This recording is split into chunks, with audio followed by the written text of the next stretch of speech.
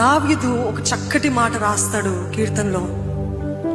నేను ఎల్లప్పుడూ యెహోవా నా ముందు ఉంచుకొని ఉన్నాను, నేను ఎల్లప్పుడూ యెహోవా నా ఎదుట ఉంచుకొని ఉన్నాను, ఎదుట చూస్తూ ఉన్నాను అని చెప్పాడు. I always behold my God before me అని చెప్పాడు. ఆ మాట నన్ను ఎంత గట్టిగా పట్టుకుందంటే, he didn't see evil spirits, he didn't see fear, he didn't see the enemies. శత్రువులు ఎవరిని చూడలేదు, కానీ ఎవరిని ఆయన ముందు పెట్టుకున్నాడండి? యెహోవాని పెట్టుకున్నాడు. అందుకనే గొలియాతుని జయించాడు అని నేను నమ్ముతున్నాను. Because he saw how great is his God, he didn't see how great was the enemy.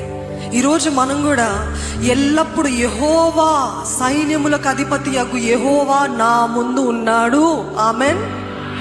దాన్ని బట్టి మనము విశ్వాసము పొందుకుంటూ, నేను చూసి శత్రువులు చూసి ఇదంతా కాదు, నా ముందు నా దేవుడు నిలబడి ఉన్నాడు, దాన్ని బట్టి నేను ధైర్యం తెచ్చుకుంటా.